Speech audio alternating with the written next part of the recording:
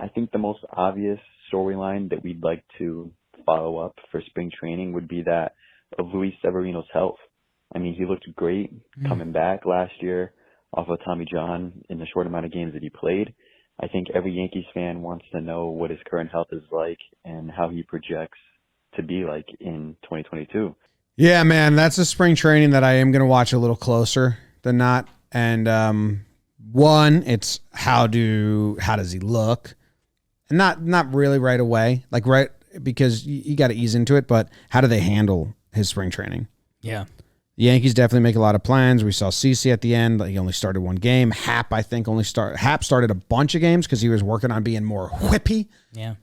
So they were had him start all those games. So you can always gauge something from the usage in spring training.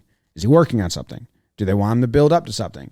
Is Sevy going to be up to 5 innings after spring training? Or are they going to really not get to 5 innings until, May?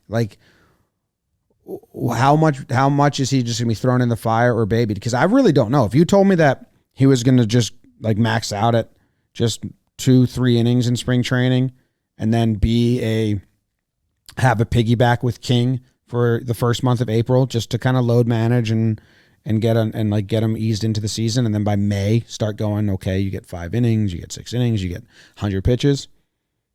I'm interested to see how they play that, because having him healthy in the postseason is going to be huge, especially if he's a starter.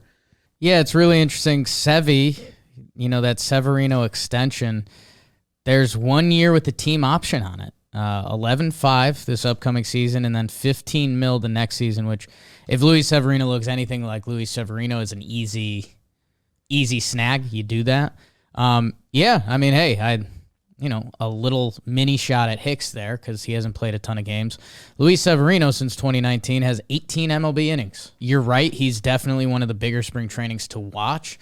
I think the part I don't know, and I still don't have clear in my head, is what the Yankees did with Jameson Taillon last year. If there was a pitcher that we would have bet on to get a big breather during the season, that would have been the guy. And they never really did. So I don't know. I'll be interested to see, because the part there that's also interesting is Taillon had 2 years, which in theory Sevy kind of has. So we'll kind of...